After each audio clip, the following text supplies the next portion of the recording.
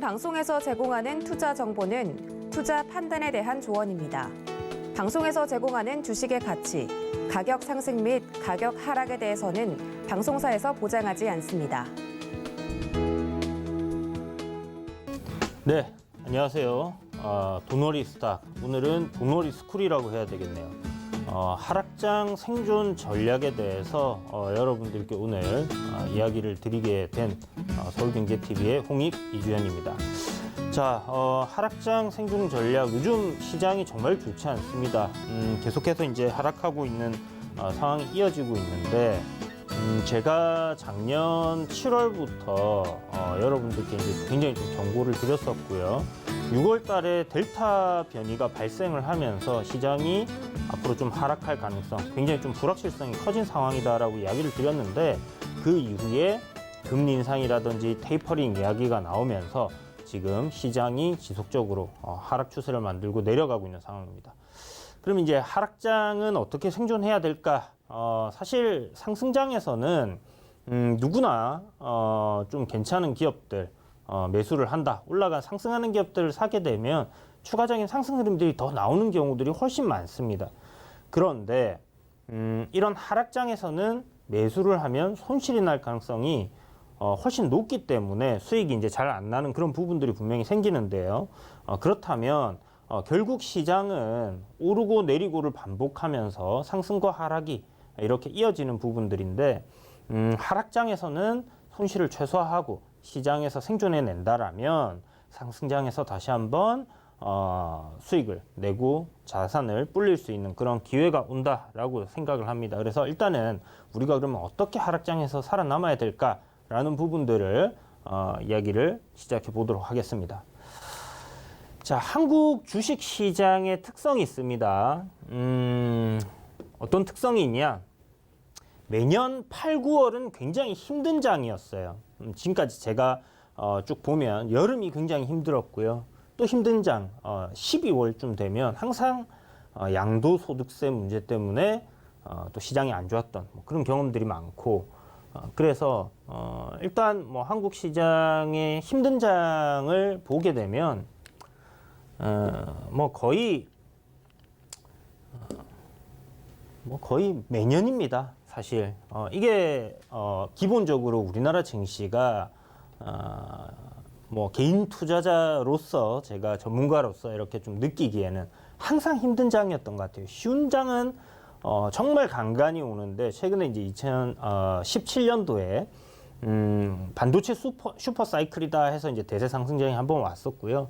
그 다음에 2020년도 팬데믹 이후에 주가가 엄청나게 올라가면서 굉장히 좋은 증시 흐름들을 보여줬었죠. 물론 항상 이렇게 급등 전에는 급락들이 만들어졌는데, 이렇게 이제 시장이 대세 상승장으로 쫙 올라가는 시점 말고는 한국 증시 항상 힘들었어요. 여러분들 잘 알다시피 국내 증시 특징 뭐가 있냐? 글로벌 증시가 조정을 받으면 우리나라 증시는 더 큰 조정을 받습니다. 그죠? 그리고 글로벌 증시가 상승이 나와도 우리나라 증시는 조금밖에 상승을 안 해요. 이게 기본적인 특성이에요. 그러니까 2020년도부터 주식을 시작하신 분들이나 2021년도 주식 시작하신 분들은 이게 이해가 안 되실 수도 있습니다. 그런데 항상 이래 왔어요. 왜냐하면 우리나라는 선진국 지수에 편입이 돼 있지 않기 때문에 패시브 자금이라는 이런 빵빵한 유동성이 없는 겁니다.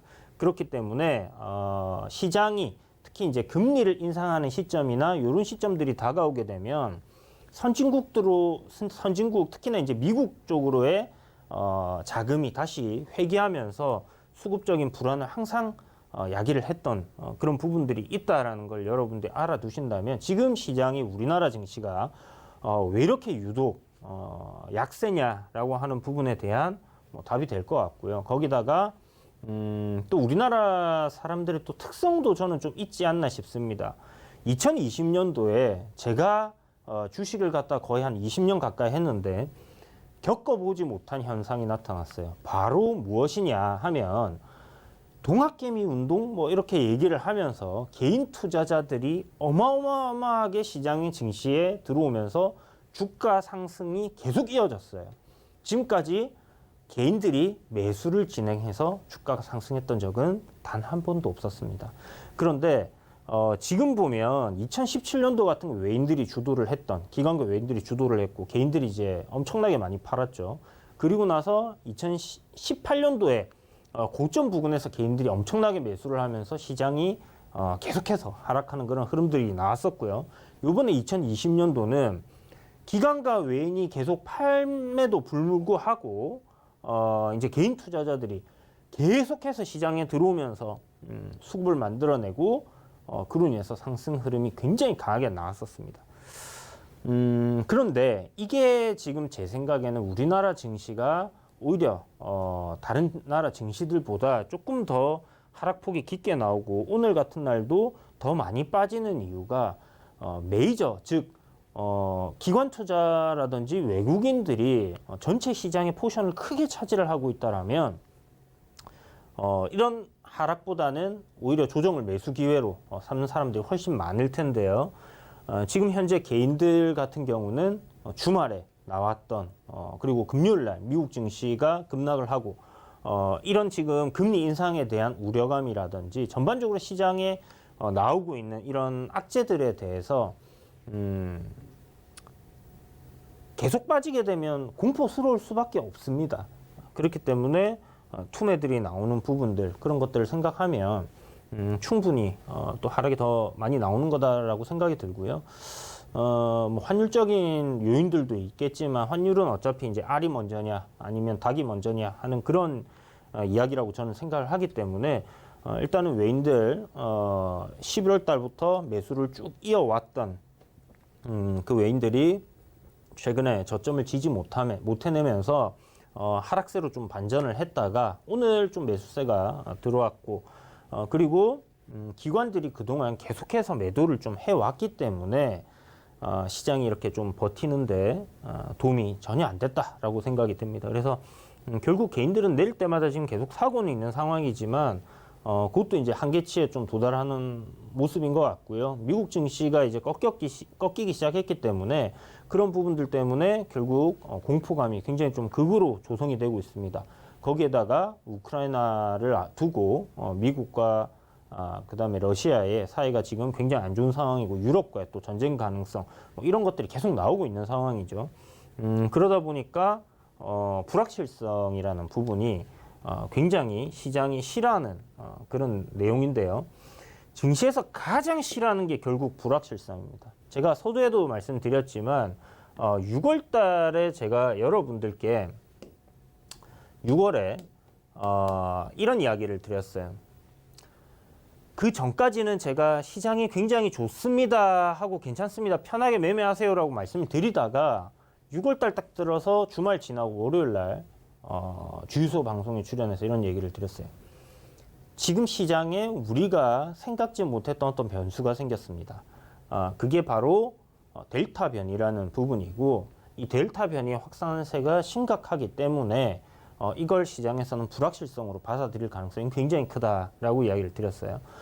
그 전까지 뭔가 좀 안정되어 가고 있었고 시장이 이제 이 코로나라는 사태를 갖다 극복해 나가고 백신도 나왔었기 때문에 그런데 11월 달 백신 나오고 한 6개월이 지난 시점에서 변이가 나오면서 시장에 어떤 불확실성이 생겼기 때문에 이게 트리거가 돼서 시장이 하락할 가능성 생각해줘야 됩니다. 그래서 굉장히 보수적으로 현금화 확보를 하세요라고 작년 6월부터 이야기를 드렸어요. 그런데 여러분들이 코스피 차트를 딱 놓고 보시면 아마 거기가 거의 꼭지점이었을 겁니다. 물론 제가 이렇게 방송에서 이야기를 드리고 상승 흐름들이 조금 더 나왔었어요. 한 일주일 정도는. 항상 어떤 뭔가 대단한 악재가 나왔을 때 시장이 그냥 급락하기보다는 조정 이후에 상승하는 흐름을 좀 보여주다가 빠지거든요. 개인들에게 물량을 넘겨야 되기 때문이다라고 저는 생각을 하는데 어찌되었던 요때 이제 이런 불확실성이 있었고 그 다음에 7월 30일 날에 뭐가 있었냐면 7월 30일 날에 미국 뎁셀링 관련해서 그러니까 부채 한도 상향하느냐 마느냐 이게 뭐 연장이 되거나 아니면 뭐 기한을 갖다 연기를 하거나 무슨 어떤 조치가 나오지 않는다면 결국 미국은 파산으로 간다라는 부분이었습니다. 그때 당시 이제 3,200포인트를 깨냐 마냐 하던 위치였죠. 굉장히 우려스럽다. 결국 이게 연장이 된다고 해도 시한폭탄으로 남을 가능성이 굉장히 크다. 거기다가 지금 금리 인상 시점도 다가오고 있다라고 이야기를 드렸습니다. 거기에 델타 변이라는 불확실성이 있기 때문에 지금 금리를 올려야 되는 시점에 못 올리고 있는 부분들, 결국은 인플레이션이 올 거다라고 이야기를 드리면서 연준이 가장 우려하는 부분이 결국 인플레이션을 잡지 못하는 부분인데, 그런 상황이 지금 현재 현실로 나타난 상황이죠. 그런데 지수는 이미 바닥을 계속 깨면서 계단식 하락을 하고 있다는 겁니다. 그래서 이제 이런 시장의 요소를 알아야지 여러분들이 뭐 주식을 1박 2일 하고 말 게 아니기 때문에 미래에도 분명히 또 똑같이 일어날 일이고요. 2015년도에 금리 인상한다고 할 때 처음으로 금융위기 이후 2008년도 금융위기 이후에 2015년 12월에 금리 인상을 한다라고 할 때도 똑같은 일이 일어났었습니다. 거의 뭐 흡사하게 움직임이 나왔고, 물론 그때는 인플레이션이라는 부분에 대한 염려는 없었어요. 그런데 지금은 이런 부분들이 불확실성으로 있다는 겁니다. 결국 뭐냐? 금리를 미국에서 인상을 해야 돼요. 금리를 인상하는 것 자체, 첫 번째는 금리 인상은 악재는 아니에요. 금리 인상을 한다 하면 시장은 급락이 나오지만 결국 더 큰 상승이 나오게 됩니다. 이유는 연준에서 그동안 위기라서 돈을 많이 풀었었는데 금리를 이제 인상하고 테이퍼링하고 뭐 양적 완화했던 거를 긴축으로 돌린다 하면 결국 그건 유동성을 다시 회수한다라는 거잖아요. 그래서 유동성 회수에 따른 일시적인 급락이 나올 수 있지만 결국 금리를 올리는 이유는 뭐냐?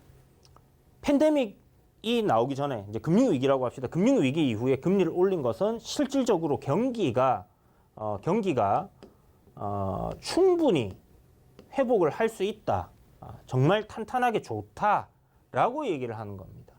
이런 얘기가 있었기 때문에 15년도에 금리 상승 이후 2018년도까지 미국 증시는 끝없는 랠리를 펼쳤죠.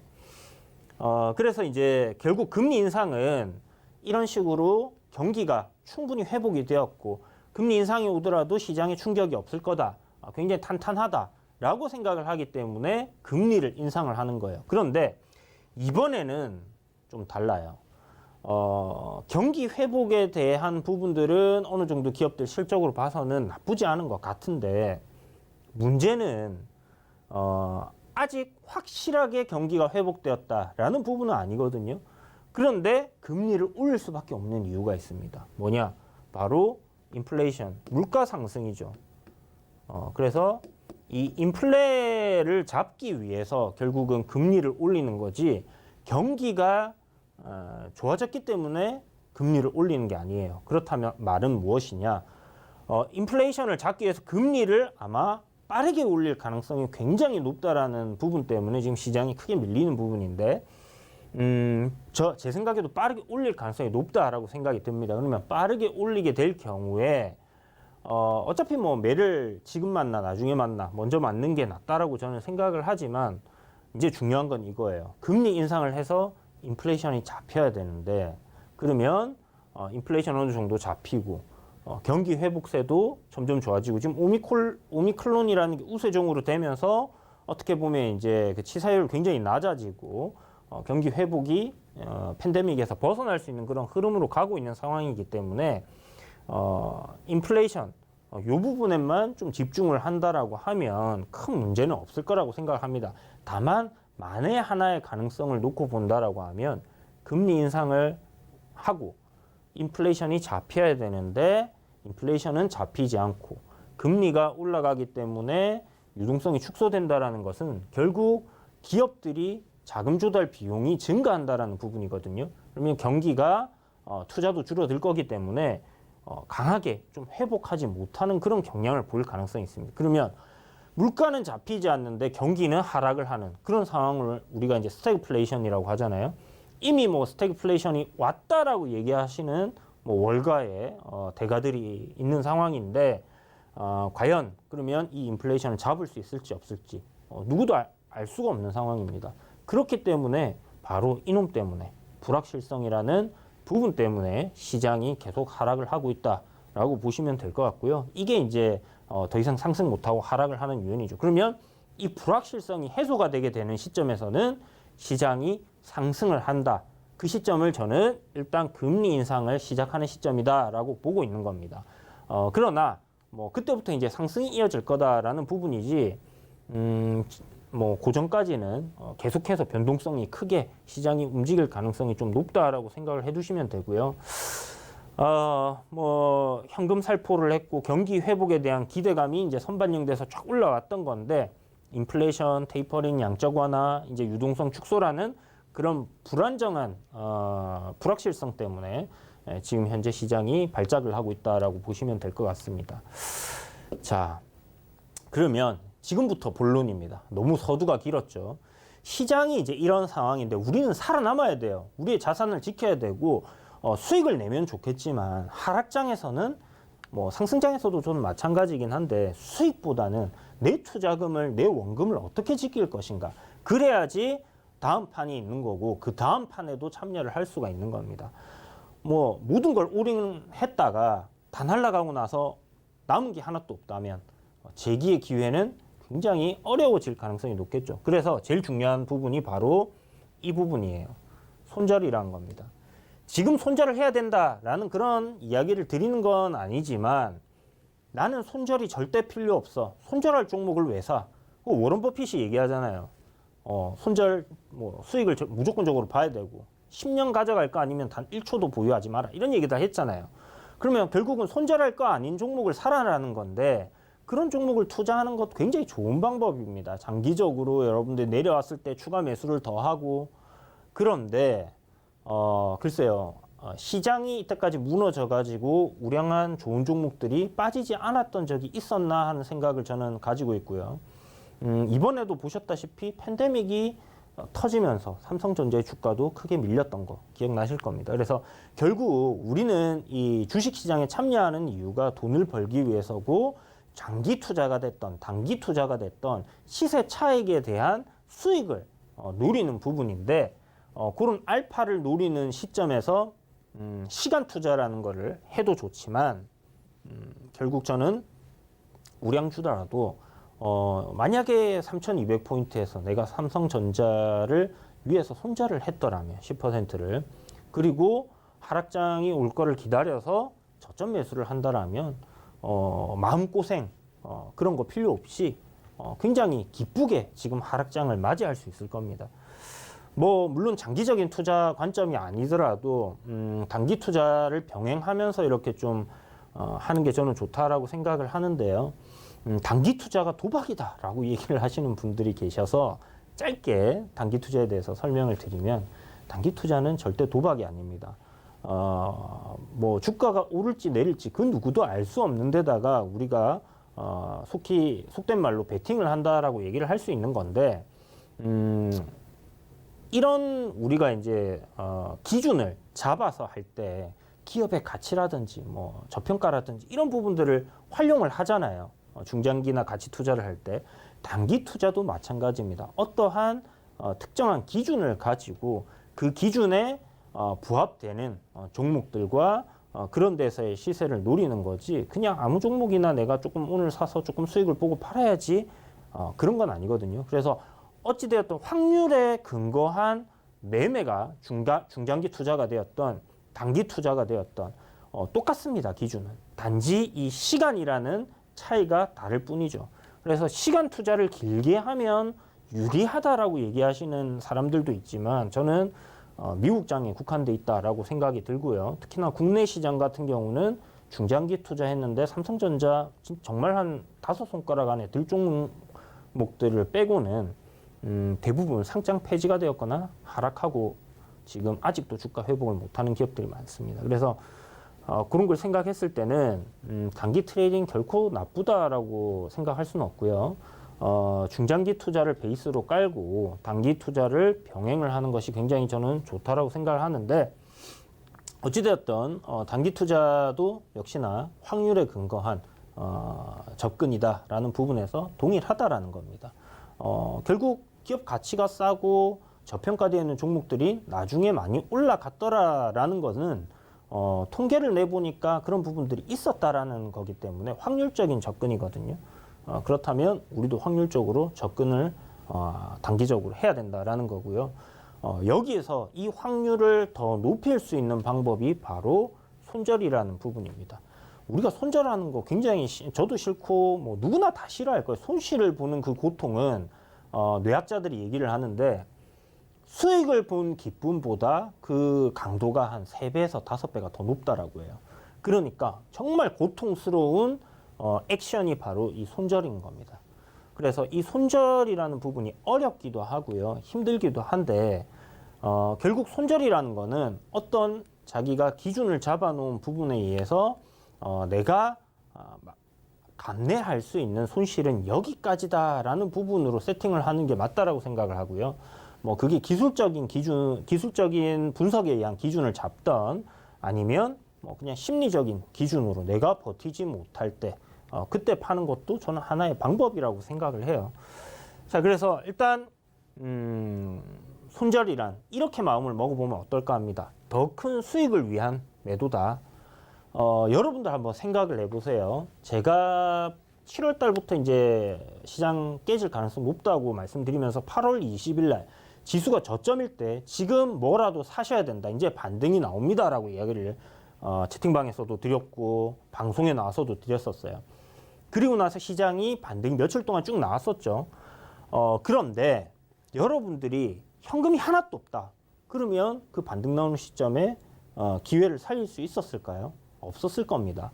하락이 시작되고 추세가 꺾이는 종목들은 언제 다시 추세를 돌릴지 알 수가 없는 거라면 불확실성을 생각을 해서 여러분들이 수익을 끊어내는 게 내가 팔고 나서 뒤에 급등을 하더라도 그렇게 하는 것이 현명하지 않나라고 생각이 들고요. 그리고 나서 시장이 반등 나오는 시점이라든지 아니면 더 싸게 종목들을 매수할 수 있는 그런 기회를 만들어 준다라는 관점에서 손절이라는 부분은 더 큰 수익을 내게 해주는 우리만의 큰 도구다라고 생각을 하시면 될 것 같습니다. 그럼 손절은 왜 필요하냐? 좀 전에 다 이야기 드렸죠. 이런 부분 때문입니다. 가치의 변화는 없으나 변동성에 대한 리스크라는 게 분명 존재해요. 삼성전자 가치가 변한 게 하나도 없지만 시장이 급락하면서 6만 전자가 되기도 하고 5만 전자가 되기도 하는 겁니다. 그래서 이러한 리스크, 결국 내 자산이 줄어드는 거에 대한 리스크를 축소하기 위해서 일정 부분의 손절선을 잡는 거고요. 여러분들이 어떤 종목을 매수할 때 이 종목이 올라갈 거야 라는 생각을 가지고 매수를 하지 내려갈 거라 생각하고 매수를 하신 분은 아무도 없을 거예요. 그렇다면 내가 생각할 때 이 종목은 어느 가격대부터는 올라갈 거다라는 것을 세팅을 했다라면 그거와 반대로 내려갈 때는 일단 내가 잘못 생각했구나 하고 손실을 끊어주는 것이 바로 손절이라는 겁니다. 그럼 어떤 손절 전략이 필요한가? 기술적에서의 기준선 이탈, 펀더멘탈이 변할 시, 시장의 급격한 변동성이 나타날 때 이렇게 이제 짜봤는데요. 사실 기술적 기준선 이탈 같은 경우는 우리가 이제 테마나 뭐 급등락주를 하다 보면 주가 막 요동을 치면서 오르잖아요. 여기서 내가 감내할 수 있는 손실폭을 잡아놓고 기술적으로 추세적인 구간, 상승하던 종목이 내가 샀는데 사자 말자 이렇게 꺾여버릴 수도 있는 겁니다. 그럼 잘 올라가던 게 내려가기 시작하면 이거는 이제 내리막길을 탔구나 하고 끊어낼 수 있는 그런 구간들이 필요하고요. 그래서 이제 그런 부분들을 기술적 기준선이라는 거는 뭐 일목 기준선 이런 게 아니라 추세적인 기준입니다. 그걸 이탈 시에는 정리를 한다든지 여러분들이 잡아놓은 손절가를 이탈 시에는 한다 이렇게 생각하시면 되고, 펀더멘탈의 변화 이게 좀 많이 중요해요. 그러니까 예를 들면 어떤 회사가 사업을 굉장히 잘하고 있었습니다. 잘하고 있었는데 예를 들죠, 테슬라라는 기업이 전기차 시장의 선두 기업으로 뛰어들어서 정말 판매를 잘하고 있고 장사 잘 되고 있는 상황인데 너도 나도 이제 다 전기차를 만든다고 해요. 경쟁자들이 굉장히 많이 생겨나고 시장의 파이가 쪼그라들기 시작합니다. 그러면 그 전과의 상황을 생각했을 때는 굉장히 큰 변화가 있었던 거죠. 이게 바로 펀더멘탈의 변화라고 생각을 하시면 될 것 같고요. 예를 들면 또 다른 예를 들면요. 삼성전자의 부품을 납품하는 기업이에요. 그동안 영업이익과 매출 꾸준히 증가하면서 잘 해오고 있었는데 어떠한 이유로 거래처가 바뀌어버린 거래처에서 이제 계약이 끝나버리게 되는 거예요. 연장을 안 해주는 거예요. 삼성전자가. 이렇게 됐을 때도 그 기업의 펀더멘탈에 변화가 왔다라고 우리가 볼 수 있는 겁니다. 왜냐하면 큰 매출의 한 부분이 사라지는 거기 때문에 우리가 그렇게 생각할 수 있는 부분이고요. 또 최근에 있었던 부분들 예로 들자면 HDC 현대산업개발 같은 경우에 건물이 붕괴하고 사람이 죽고 하면서 정부에서 굉장히 강도 높게 제재를 가하고 있는 그런 상황이죠. 뭐 영업 정지를 1년 시킨다든지 이런 부분들이 실질적으로 일어나게 된 경우에는 기업의 펀더멘탈 굉장히 큰 폭으로 변화할 수 있다라는 부분들을 생각을 하고 이런 악재가 탁 터졌을 때 고를 때는 손절을 해야 되는 거고요. 바이오주들 같은 경우는 임상이 막 있잖아요. 그러면 임상 1상합니다 하면 주가가 올라가요. 2상합니다, 3상합니다. 주가 많이 올랐습니다. 그런데 3상 결과가 임상 실패. 그러면 이 종목에 만약 파이프라인 뭐 굉장히 많아서 이거 말고도 나올 게 많다고 하면 조정폭이 제한적이겠지만 우리가 신라젠 상패를 봤듯이 어떤 파이프라인이 하나밖에 없는 기업이 그 파이프라인 임상 실패하게 될 경우 상장 폐지까지도 가는 부분들을 보았습니다. 그래서 그런 악재가 딱 터지면서 시장이 그러니까 그 종목에 대한 어떤 기대치, 펀더멘탈 그런 부분들이 상승의 요인이 사라지는 시점에서는 손절을 해야 된다라는 거죠. 그 폭이 내가 뭐 마이너스 몇 퍼센트인지 이런 걸 따질 게 아니라 그리고 바로 하나가 시장의 급격한 변동입니다. 이건 뭐냐 하면 시장이 계속 상승을 해왔어요. 그런데 아마 여러분들 주변에 이제 주식을 좀 하신다는 분이나 뭐 유튜브에 검색을 해보신다든지 아니면 경제방송을 틀어봐도 누구나 다 똑같은 얘기를 하고 있었을 겁니다. 시장이 2020년도에 어마어마한 상승 랠리가 나왔을 때 팬데믹 때문에 유동성을 풀었기 때문에 시장이 올라왔습니다. 라고. 그런데 금리 인상과 테이퍼링 그리고 긴축 이거는 어떤 말이에요? 결국 이 올라왔던 요인이 사라질 수 있다라는 그런 부분이기 때문에 이런 변화가 나타나는 고점 구간에서 여러 가지 불확실성이 함께 발생을 한다라면 결국 시장은 단기적으로든 충격을 받을 거다라는 것은 누구나 다 알고 있던 사실이에요.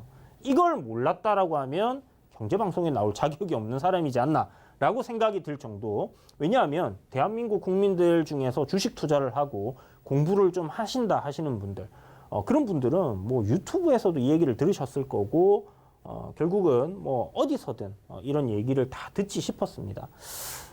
그래서 요거는 당연한 어떻게 보면 하락은 당연한 그런 결과긴 한데 뭐 시점이라는 부분들 딱 타이밍을 맞출 수 있냐 이거는 굉장히 좀 어려운 것 같아요. 그래서 금리 인상이 2022년도 올해죠. 6월에 한다고 했다가 지금 5월로 앞당겨지고 3월에 할 수 있다로 바뀌었는데 1월부터 올릴 수도 있고 뭐 이렇게 지금 얘기가 나오고 있기 때문에 굉장히 불확실성이 커져버린 상황이 된 거고 그로 인해서 증시가 좀 가파르게 상승을 하고 있다라고 보시면 되는 겁니다. 그러면 이런 어떤 시장에 굉장히 사람들이 싫어할 만한 불확실성이 생겼을 때 시장의 급격한 변동성이 만들어질 수 있는 그런 상황이 생겼을 때 어떻게 보면 시장의 펀더멘탈이 변한 거죠. 그렇게 생각을 해야 되는 거고 뭐 시장의 급격한 변동이 만들어지는 이런 것들을 하나의 손절 기준과 전략으로 우리가 잡을 수 있다는 부분들을 생각을 하시면 될 것 같습니다. 그래서 뭐 손절을 할 때 그냥 내가 못 견뎌서 너무 힘들어서 물론 그것도 하나의 손절 방법이 될 수가 있어요. 그런데 그런 것보다는 확실하게 기술적인 분석을 할 수 있는 역량을 키우시고 그로 인한 기준을 잡아서 손절을 한다든지 아니면 제가 좀 전에 말씀드렸듯이 기업에 가치 투자를 하고 계신 분들이라면 실질적으로 기업에 일어나고 있는 사업에 어떠한 변화가 일어났을 때 그런 것들을 활용해서 손절을 할 수도 있다는 겁니다. 그래서 또 시장이 크게 급변동하는 뭐 전쟁이 난다라든지 이런 상황이 발생했을 때는 당연히 손실을 회피하기 위해서 손절을 해야죠. 이거 뭐 그냥 기다리면 올라옵니다라고 얘기하는 사람들도 있어요. 그런데 한 말씀만 딱 드릴게요. 코스닥이 IT 버블 때 얼마나 올라갔었는지 여러분들 코스닥 지수를 한번 보시고요. 그때 이후에 계속 버텼던 사람들이 지금 증시에 남아 있을까라는 부분도 한번 생각해 보시면 될 것 같습니다. 자, 그래서 또 다른 중요한 부분이죠. 시장에 살아남기 위해서 바로 이 현금 비중을 갖다가 우리가 높여야 되는 그런 부분들이 있는데요. 저는 이제 항상 현금 비중을 어느 정도는 계속 유지를 하는 게 굉장히 도움이 된다라고 생각합니다. 왜 그러냐? 여러분 한번 생각을 해보세요. 제가 정말 좋은 기업을 샀어요. 뭐 예를 들어서 절대 망하지 않을 뭐 삼성전자를 샀는데 뭐 정말 고점에 샀다면 모를까 어느 정도 적정한 주가 보다 아래에서 저점 구간에서 기술적으로 잘 만들어졌는데 이렇게 주가가 올라가고 있습니다. 그죠? 상승 추세를 타고 있고 뭐 이런 상황인데 갑자기 시장에서 어떤 뭐 악재가 좀 나와요. 그러면 현금을 들고 이 정도로 이제 보유를 하고 있는 상황에서 악재를 맞아서 종목이 하락을 했다가 반등하는 시점이 나옵니다. 그럴 때 추가 매수를 통해서 평단을 낮추고 평단 낮춰놓은 거에서 반등이 나오면 다시 추가 매수했던 부분은 현금화하고 그러면 평단이 낮아졌으니까 그때부터 올라가면 수익이 극대화되는 부분이죠. 그래서 이런 전략들을 짤 수 있는 게 바로 현금 비중인 부분이고요.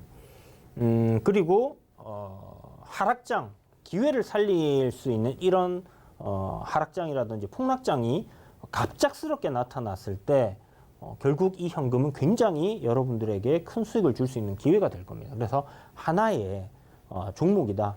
포트폴리오에서 이 정도 비중은 하나의 종목이다라고 생각하시고 현금 비중을 20-30%를 유지하시는 게 좋을 것 같고요. 정말 좋은 장이라면 뭐 한 20% 정도 보유를 하시면 될 것 같고, 조금 시장이 그냥 박스권이라 하면 한 30%. 그 다음에 딱 추세적으로 하락이다. 지금 하락장 제가 뭐 6월 달부터 이제 하락장 경고 드렸고, 7월부터는 이제 하락입니다라고 얘기 드렸고, 8월 달부터는 이제 하락 추세가 만들어져 버렸습니다라고 얘기 드렸어요. 그러면 현금 비중을 40에서 50%를 늘려두는 겁니다. 왜? 현금 100% 들고 있는데 하락장 오면 어때요? 나는 좋은 거지. 그죠? 삼성전자 1만 전자 가자. 이라고 있을 겁니다, 여러분. 그죠?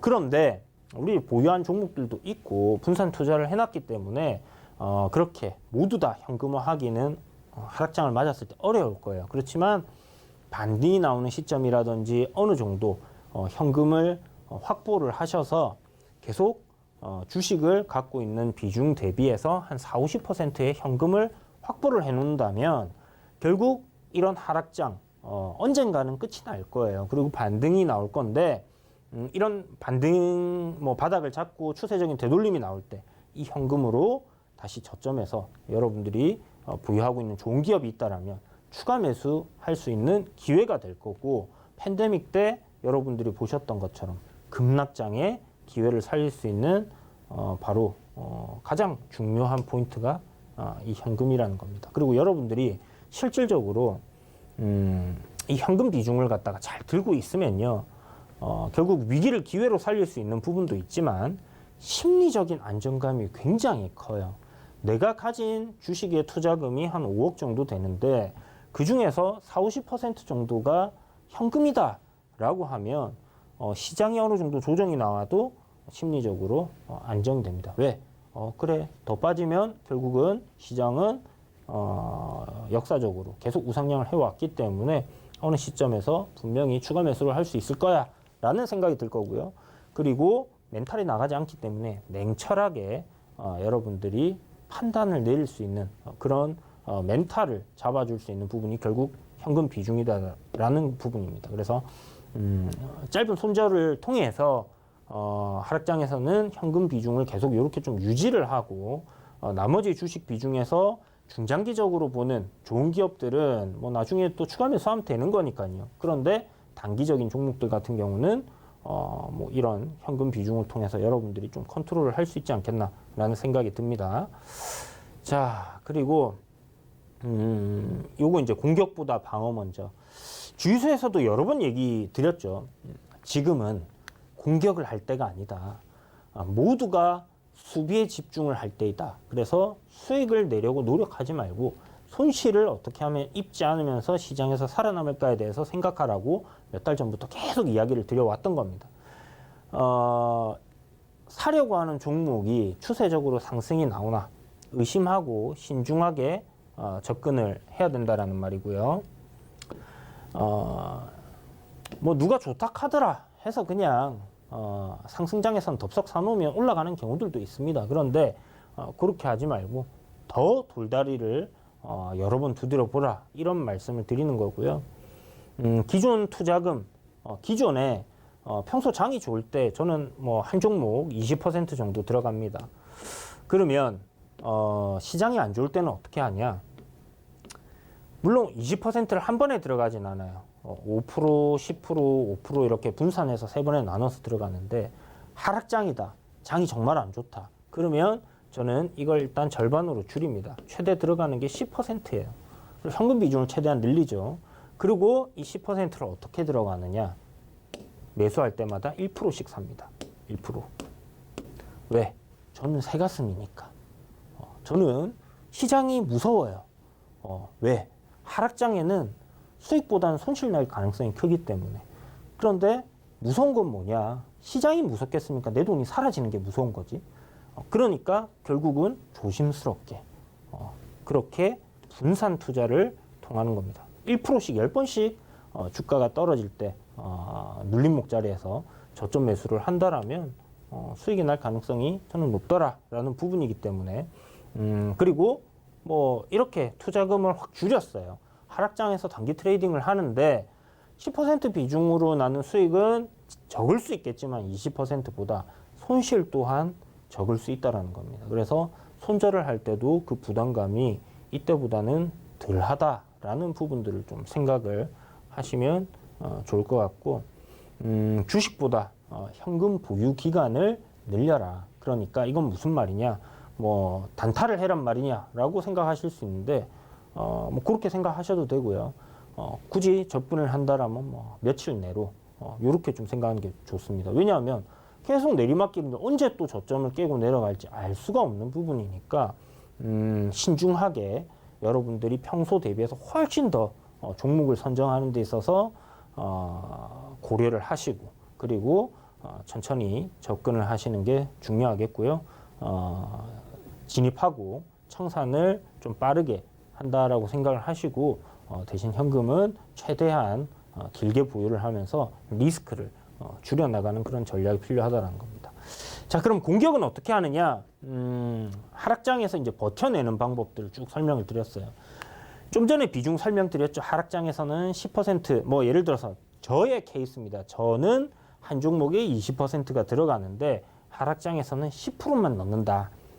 그런데 그 10%도 분할해서 천천히 눌림목 자리에서 공략을 하는 부분인데, 달리는 말에 올라타라, 가는 놈이 더 간다. 이거 제가 여러분들께 방송에서 정말 많이 드리는 이야기고, 주유소에서도 하락장 나올 때 계속 얘기를 드렸고, 강연회 할 때도 여러분들께 계속 이야기를 드렸습니다. 어떤 종목이 하락장에서 더 가는가 정말 쉽게 판단할 수 있고, 여러분들도 누구나 다 찾을 수 있는 방법을 설명을 드렸어요. 추세적인 부분을 보라고 말씀을 드렸습니다. 물론 상승장에서도 먹히는데 2370개 종목들 중에서 상승장에 올라가는 거는 3분의 2가 올라가요. 그럼 그 중에서 정말 강하게 올라갈 놈이 어떤 놈인지 찾는 것도 헷갈립니다. 그런데 하락을 하고 있는 시장에서 사람들이 정말 시장이 2%가 빠지고 1.5% 빠지고 내 종목이 막 떨어지고 있는데 매수 버튼을 누른다. 그런 심리적인 상황이 올 수 있는 그런 장이 아니잖아요. 대부분의 사람들이 관망 아니면 매수를 꺼린단 말이에요. 그런데 이런 하락장에 종목이, 시장은 이렇게 빠지고 있는데 종목은 오히려 올라가고 있어요. 그러면 이거 여러분 강한 종목이잖아요. 강하다고 할 수 있어요, 없어요?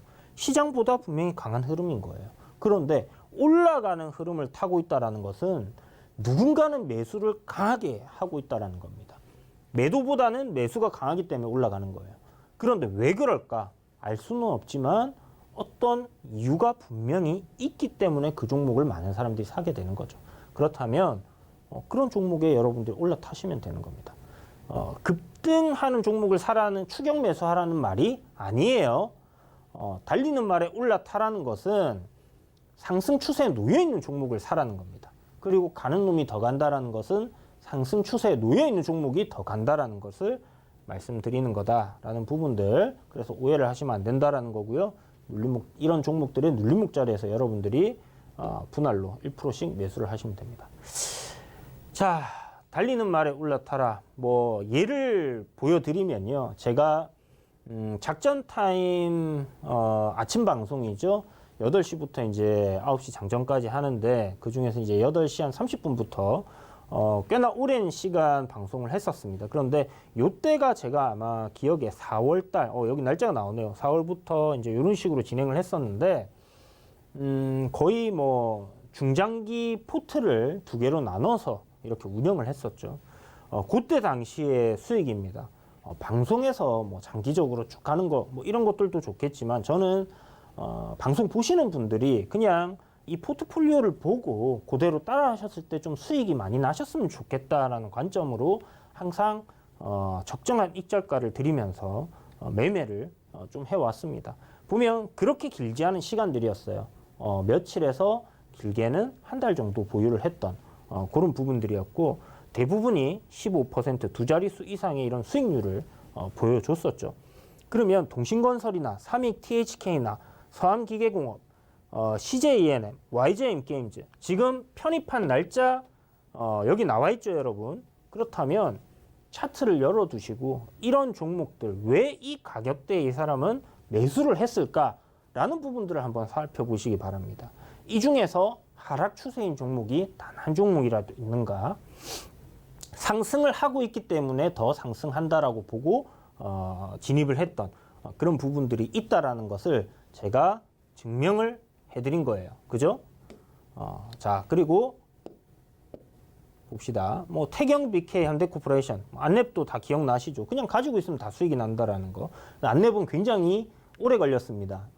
이 프로그램 자체가 박히고 나서 엄청나게 올라간 그런 종목이 됐는데, 광주신세계라든지 한라홀딩스 이렇게 이제 중장기 종목들도 결국은 추세적인 관점으로 접근을 한 부분들이 대부분이었고, 안랩 같은 경우는 이제 낙폭과대의 대선 주자로서 이제 봤던 부분이고요. 자, 이제 넘어와서 이제 한전산업입니다. 한전산업 지금 이 제가 예전에 아직 추천드렸던 그 시점의 차트를 가져왔는데, 이후의 차트를 여러분들이 열어서 한번 보시면요, 주가가 정말 기가 막히게 어마어마하게 상승한 걸 보실 겁니다. 그런데 현재 지금 딱 차트를 놓고 보면요, 어떤 부분이 드냐면, 아이고 고점이네. 야, 이게 얼마였지? 3,400원, 300원 하던 게 2배가 넘게 올랐네. 야, 근데 이런 걸 추천해요. 왜? 가는 놈이 더 간다는 거죠. 우상향 흐름을 타고 있다는 거. 이평선들만 우리가 볼 줄 알아도 이 이동평균선이라는 거는 증시에서 한 200년 이상 역사가 있는 그런 하나의 지표로서 사용이 되는데요. 주가의 평균치를 우리가 기간으로 이렇게 만들어 놓은 것들이 이 이동평균선이다라고 생각하시면 되는데, 21선이라든지 60일선이라든지 121선이라든지 240선이라든지 이런 이평선들이 이렇게 정배열로 쭉 만들어져 있다는 것은 뭐냐면 주가가 상승 추세로 움직이고 있다라는 부분입니다. 그래서 여러분들께 제가 하락 추세에 있는 걸 사지 말아라고 하는 이유가 뭐냐면, 여러분들이 하락 추세에 있는 종목을 사면요, 이 이동평균선이 역으로 이렇게 배열이 됩니다. 21선이 가장 위에 있고요. 이렇게 61선이 그 밑에 있고요. 121선이 그 밑에 있고, 뭐 241선이 저 밑에 있습니다. 그런데 여러분들이 주가가 여기서 움직인 걸 사면요, 이런 이동평균선은 결국 이 240일 동안 사람들의 매수 평균 가격이다라고 생각하시면 되거든요. 올라올 때 여기서 본전 매도가 나올 거 아니에요. 저항을 받을 거고, 또 올라가려고 하면 121선이 또 저항을 줄 거고, 올라가려고 하면 또 61선이 또 저항을 줄 거예요. 그래서 이런 저항이 계속 있는 구간에서 역배열의 하락 추세에서 사지 말고 이미 주가가 상승 흐름을 만들어 놓은 종목들 내에서 공략을 해보자라고 말씀을 드린 겁니다. 이거 어마어마한 상승이 나왔을 거예요. 한번 체크해 보세요. 자, 그리고 다른 종목 볼까요? 한전산업 좀 전에 제가 보여드렸죠. 그 종목입니다. 바로 자, 요 가격대에서 매수를 했는데 요 가격에서 누가 봐도 고점인 것 같은 이런 구간에서 매수를 했는데 시간이 지나서 보니까 이렇게 올랐죠. 이거 추가적으로 더 올라갔었죠. 그래서 결국은 여러분들이 시간이 지나서 차트 이렇게 올라가고 보니까 어떻게 보여요? 밑에서 이거 얼마 오르지도 않은 것처럼 보이잖아요. 그러나 아까 전에 그 차트를 놓고 보면 2배가 올랐던 상황인 겁니다. 삼익 THK도 기억나시나요, 여러분? 삼익 THK도 제가 방송에서 드렸던 종목이고 이렇게 올라갔죠.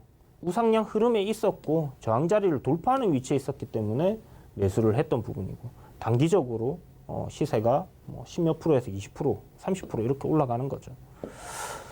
요 구간입니다. 태경 BK. 요때 이제 드라이 아이스 부족이라든지 뭐 이슈들이 이제 많이 나왔었는데 요때 이제 이야기 드리고 주가가 상승 추세에 놓여 있었기 때문에 이런 급등을 보여줬다라는 거죠. 그래서 달리는 말에 올라타라는 것은 결국 주가 이평선이 정배열되어 있고 상승하고 있는 종목에 여러분들이 공략을 해다라고 얘기를 드리는 부분입니다. 다 상승 추세에 놓여 있는 거죠. 보세요. YGM 게임도 상승 추세에 놓여 있었습니다. 지금 이것도 이제 뭐 거의 다시 시세 요 정도까지 올라와 있는데 디스플레이텍, 폐배터리 뭐 관련주, 이거는 충전소 관련주죠. 충전소 관련주인데 이렇게 고점에서 여러분들께 소개를 해드렸어요. 누가 봐도 시세가 크게 터지고 고점인데 여기서 매수를 했더니 시세가 훨씬 더 올라갔다라는 부분이고요. 그래서 이런 이제 뭐 3기도 제가 강연회 때 여러분들께 이제 드렸던 그런 부분인데 보시는 것처럼 상승 추세에 놓여 있고 이때 한번 생각해 보시면 7월달 시장이 굉장히 안 좋았던 구간인데 이렇게 올라갔다는 겁니다. 그래서 결국은 이런 식으로 보시면 되겠다라는 거고요. 증시에서 돈의 흐름은 참여자들이 들려주는 스토리다. 결국 올라가는 이유가 다 있기 때문이기 때문에 그런 상승하는 종목들 위주로 생각을 하시면 좋을 것 같습니다. 인생에서 가장 중요하다라고 생각이 드는 거 살다 보니까 그동안 뭐 많은 부분들이 있었는데 결국은 시간이 가장 소중하지 않나라고 생각합니다. 지금 여러분들이 보셨던 이 방송 시간도 다시 돌이킬 수 없는 그런 시간이었고 여러분들에게 좀 유익한 그런 시간이었기를 바라겠고요. 여러분들도 지금 시간이 지나고 보니까 모두 그렇게 하는 게 손절을 하는 게 맞았겠구나 하는 부분들을 생각하시겠지만 여전히 여러분들 모두 다 답을 알고 있는 그런 내용들이라고 생각이 듭니다. 그래서 지금까지 1시간 정도 하락장 생존 전략 그리고 어떤 종목들 위주로 여러분들이 보셔야 되는지 설명을 쭉 드렸는데요. 하락장이 뭐 얼마나 더 깊어질지는 알 수가 없습니다. 그러나 결국 이런 하락장도 충분히 수익을 낼 수 있는 기회장이다라고 생각을 하시고요. 또 하락 이후에는 상승이 나오기 때문에 그런 시점까지 시장에서 살아남으시라는 마음에서 하락장 생존 전략 이렇게 오늘 강의 내용을 잡아봤습니다. 1시간 동안 시청해 주시는 여러분 감사드립니다. 서울경제TV 홍익 이주연이었습니다.